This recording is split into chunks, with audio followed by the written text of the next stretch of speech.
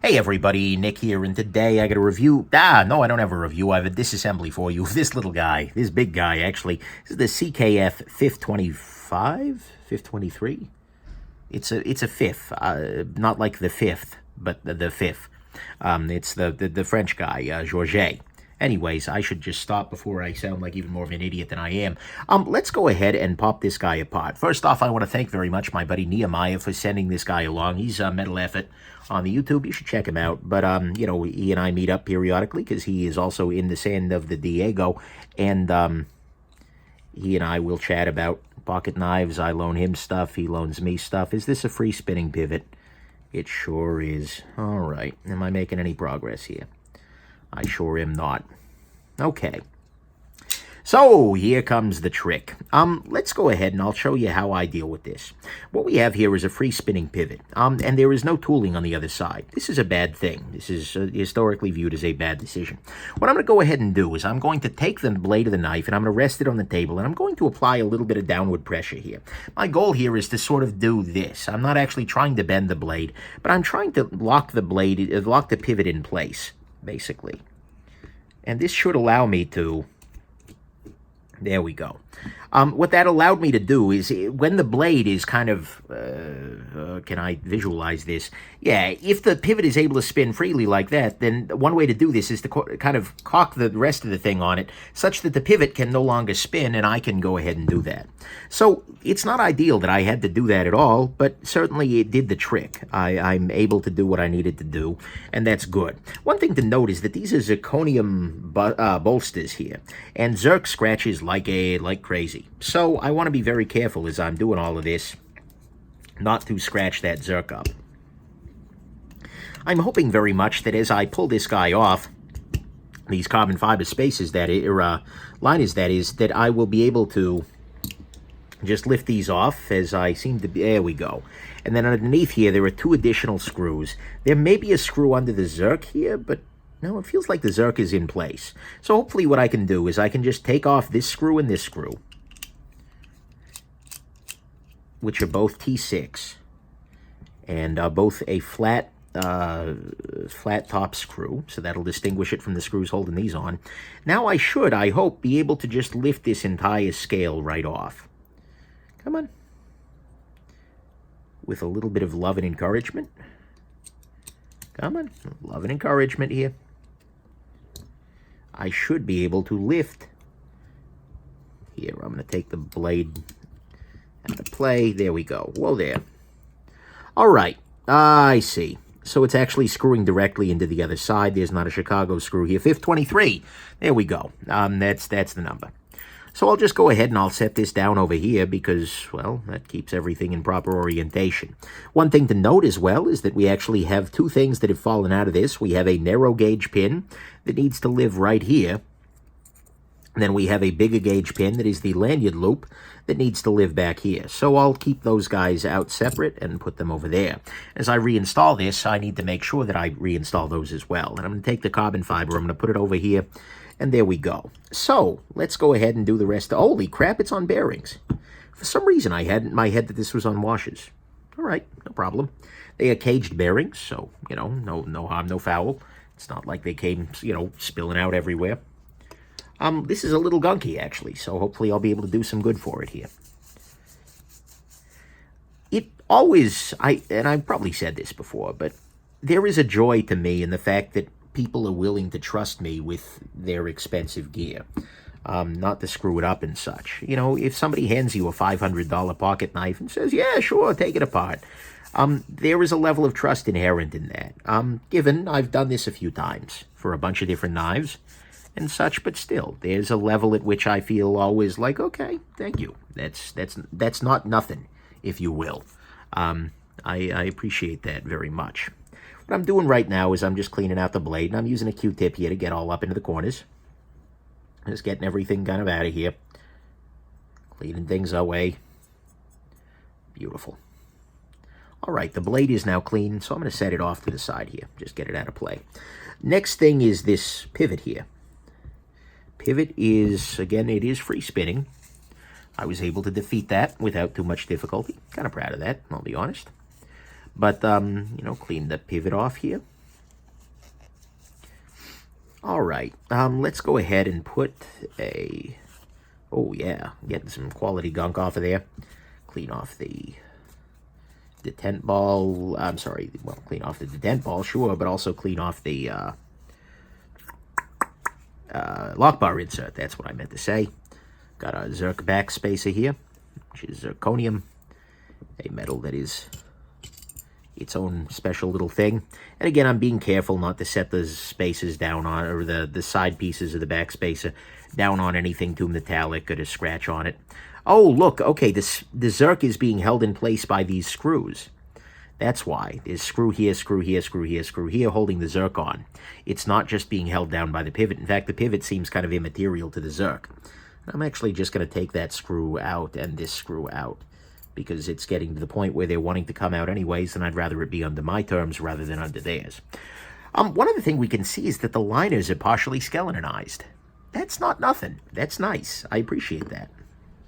It definitely makes these guys it makes the world a slightly better place, so to speak.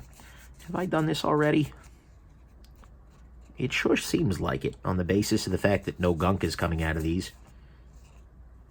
Well, is there gunk coming out of these? Yeah, either way, I cleaned them again. Can't hurt, right? Might help. All right, did I clean the inside of the pivot? Looks like I might have. All right, I should just stop before I keep just redoing everything. Did I take the knife apart? Anyways, so let's reassemble this little guy. Yeah, I'm loving the skeletonization here. This is well done. I mean, there's no doubt about that. This is a well-done knife. This is well made. There is some real skill going into this guy. So I'll go ahead and I'll start off by putting the pivot back through. I'll go ahead and I'll put down some nano oil here. I'm using nano oil 10 weight, and if you're ever curious about any of the tools or chemicals I'm using as I do this, go ahead and check out nextshabazz.com/tools, and there I have a video that shows you all of the things that I use and explains what they are and why and how, etc. You might find that helpful. So I'm going to go ahead and just use this to rotate the bearing itself, just to spread some of the love onto it there. Get it well lubricated. And there we go. Beautiful. Now what I do is I set this down, so then we're rebuilding from this side up. Now I will put a little bit of lubrication onto the detent ball here. And I will put a little bit into the detent ball hole there. And a little bit here. And there. All right. This is not a factory edge. Nehemiah puts amazing edges on the blades. I respect them very much. He does very good work. He's Metal Effort on YouTube. I think I already mentioned that, but he's good. He's real good. Like I said, I will very often, because he lives locally to me, so there's literally no cost at all associated with it. And frankly, I can give him a roll of knives that I would be terrified to send via U.S. Postal Service, just out of sheer fear. So, I will often give him stuff to check out because I like his work. I want to support new reviewers, right? But anyways, you should check him out. I have remembered now to put in these two pins, one of which is going to index the back spacer, the other is the lanyard pin. Then what I will do here is, let me go ahead and put a little bit of Loctite onto this internal screw. Not because it will come out. That would not be for the real, because it can't, because the carbon fiber is right on top, but because it could loosen. And that's not great. Especially given the fact that, well, actually there is this pin here, which would kind of, even if the screw came a little loose, probably prevent it from waggling too much around. But yeah, so I'll go ahead, drop that in there. The pivot is free spinning, so it doesn't need to be at any particular angle. All of this is popped just back into place here. I'll go ahead, I'm going to give both of these guys a couple of little turns here. Just to make sure. Why is that? It's taking a little bit of weird torque. Okay, that one's going in super easy. This one a little rough. Oh, there we go. Okay. So there you go. You never want to use torque. I keep saying that over and over again. You always want to use torques, but you don't want to use torque when you're doing these kinds of things. I mean, of course, you use some torque. Otherwise, you're just like prodding. But no, you want to be very, very careful when you're doing that. Because why am I using a T10 driver on a knife that has no T10? There we go. But you want to make sure that you're not doing that, because that's when you start stripping things out. Alrighty. There is some gunk right here on this pivot that I want to get rid of. Let's degunk you. What the heck are you? Looks like a shrimp of some variety or another. Why am I showing the camera that? No. Anyways, back at the ranch, probably in all likelihood it's some kind of a thread lock or a thread glue that they use there. All right, let's go ahead and put a bit of Loctite on the pivot here. And again, being a little bit on the careful side here, because the last thing I want to do is scratch up this Zerk. I'm pressing on the back side of the pivot here just to provide a little counter tension. That should get me into position. Now, at this point, holy shit, that saw. Oh, boy, is that smooth. Okay, back at the ranch. There is zero blade play. And it is actually dead centered. It just doesn't look it because I don't have the scale on the other side here. Oh, boy.